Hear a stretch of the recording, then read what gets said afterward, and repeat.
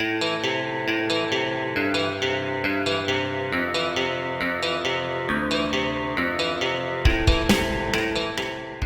this tutorial I'm going to cover a little bit more about layers, a little bit more extensively, layer options and what all you can do with your layers. Down here on the right hand side I've created a new layer above a blank background layer. You can then begin to paint on it. You can do whatever you want with it. You just change this brush size and we can brush something else in here. Just make a little smiley face. But if you've got a graphics tablet, it's a lot easier to draw with. It works very well in Photoshop. The more upmarket tablets, the harder you push, the more vivid the line is that paints as well, so it's very realistic to drawing on a piece of paper. But for this purpose I'm just using a mouse. Okay, going back over to the right hand side here, sometimes you may find that you would like to colour the background of this little smiley face here. You want to add something else into it, but you want to protect the pixels that are in here. Maybe I painted it the wrong colour, but I really like the way I did it. I like this little funny corner here. I don't want to change anything. I just want to change the colour of it.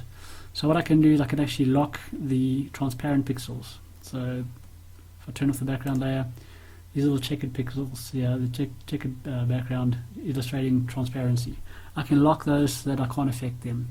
So if I turn that on, it will give a little locked symbol there.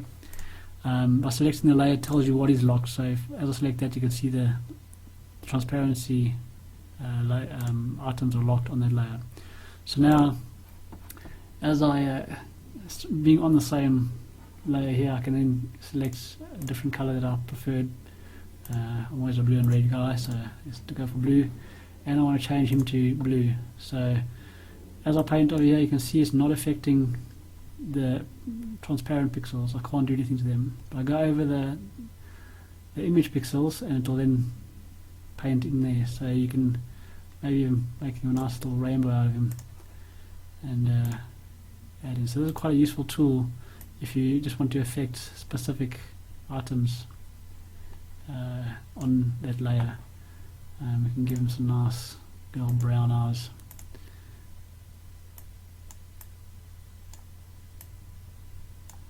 Okay, brown eyes. There we go, very happy smiley little face. So there's a benefit of locking your transparent pixels on that layer. I'm just going to protect the whole layer. Hold on a second. Brush tool.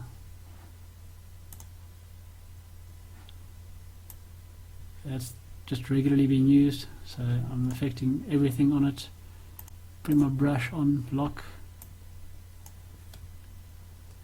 Okay, the whole layer is locked. Okay, so I can't brush on my image at all. Alternatively, I can still move them around. I just can't edit that layer by brushing on it because it's been protected. I can then also just lock the position, so I can paint on it, but then I won't be able to move it around just in case I like that position. I don't want to adjust it. I can lock that position. Alternatively, I can lock the entire layer. So this will lock everything, the transparent pixels, the image area, and the position. I can just lock everything down, and that is not going to go anywhere. I can't paint in it, nothing like that. So I can protect that layer completely.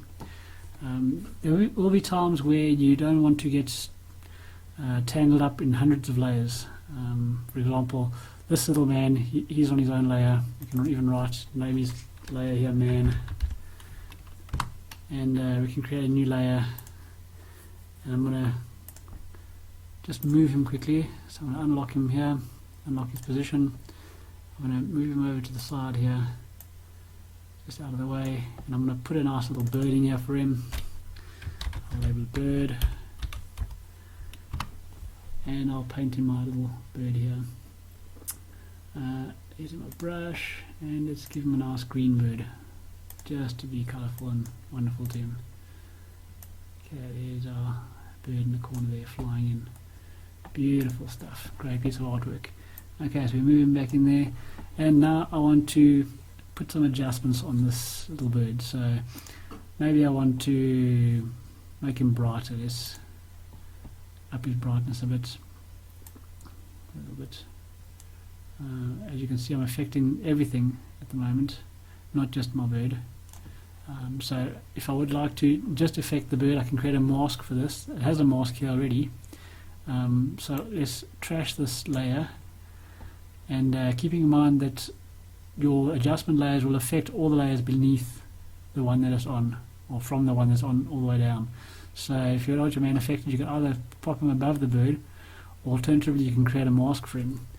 We can easily create a mask or a quick selection by making sure our item tool is, or move tool is selected, and going over this basically icon of what the bird layer looks like, and holding in the control, the command button, you'll see the little handle get like a little running ants symbol next to it.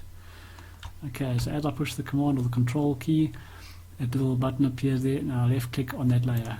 It'll then select that item on the layer. I can then hit the layer mask, and it'll then use that selection to create a mask for that layer. So as I hit that, you'll see it's created a mask there.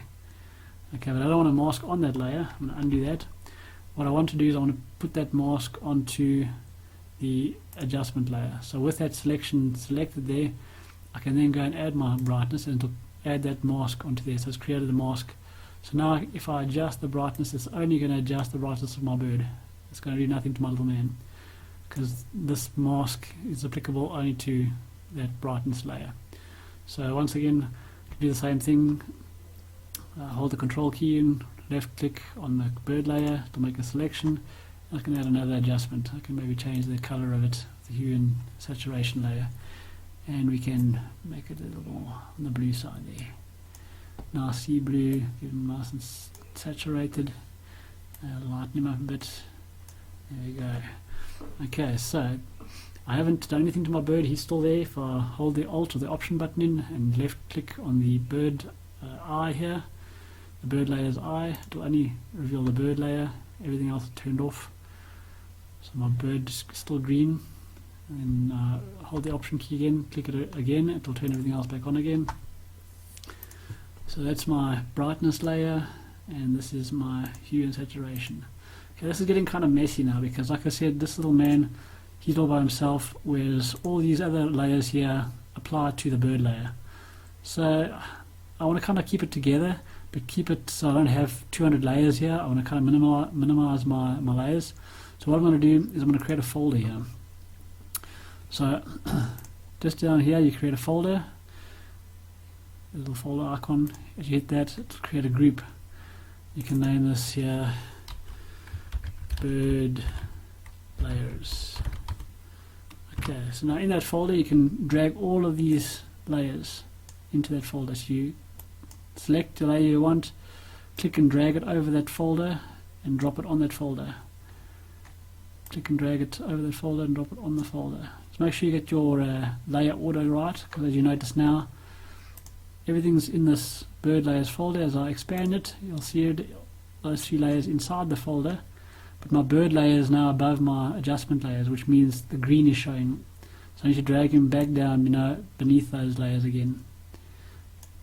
Okay, so the order of your layers makes an effect as to what's affecting what. The stuff on top always takes precedence to the stuff at the bottom.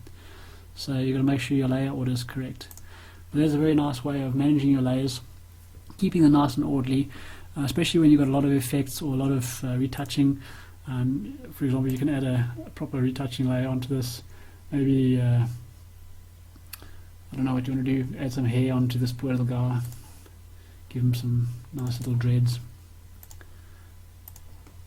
Make my brush smaller. You can stick some dreadlocks on him. Okay, that's my separate layer. But once again, we can keep them together by making a folder for them as well. Okay, unlimited folders, unlimited layers. You just keeping everything orderly. And you can select them both at the same time if you wish, just to make sure they don't change their order, and drag and drop them on the folder, and they are inside the folder. Okay, so folders are a very nice way, a neat way of keeping your layers organized. So that's pretty much all the icons we've used here. We've used layer masks, we've used adjustment layers with all their various capacities. We've used folders to create a group of layers and a new layer, and this is to trash masks, layers, etc. And you can lock an entire folder as well, you can't affect it. Okay, I acknowledge that my little man suddenly looks different. I've just realized that I've shown you how to create groups, but there's an easier way, basically a shortcut, than going down here and clicking on this folder and then dragging everything into the folder. You can quickly create a group by selecting the layers you want to group together. So I'll click on the hair, the adjustment layer, and the little smiley face, and I'll put all of these together in one group. So I'm selecting them all.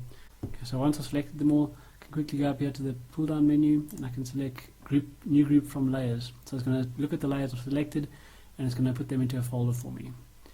Okay, so I'm going to call this face elements, hit enter, and stuck all of them into a folder inside there. An even quicker shortcut of that, let me just undo that step. Even quicker shortcut is just to grab all the layers you want, and using a shortcut, the keyboard shortcuts, you can use Command or Control G, which is a shortcut for grouping, and it will quickly pop them into a folder. So you don't even have to go up into the menu here. That's just a quick way of doing that. You can also link layers together. So if I fear that I'm going to accidentally grab his hair and drag his hair, and oh shucks, I've moved it, and I can't get it to the exact same position again on his head, what on earth am I going to do? So to prevent that, you can then also grab multiple layers and you can link them together.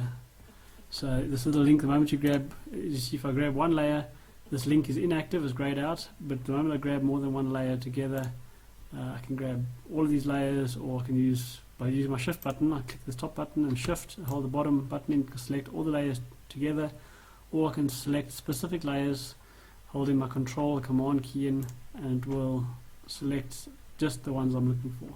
So I can then just click link and it'll put a little link sign here, so if I grab either one of these layers, it's going to shift the other layer around with it, so it'll keep them grouped together. So it doesn't lock the layer like this would do to prevent you from moving it all together. You can still move it, but now you are able to move it in conjunction with the elements that it relates to. So that's the link function. This little FX here is the exact same tool as going and double clicking on the right hand side as I've already shown you. You can just double click and it'll bring up that effects palette. So this effects tool is just selecting the effect you want, and it'll open that window anyways. So there's multiple ways of getting to the various different routes. And that's it for all of your layer palettes and all of its attachments to your layers.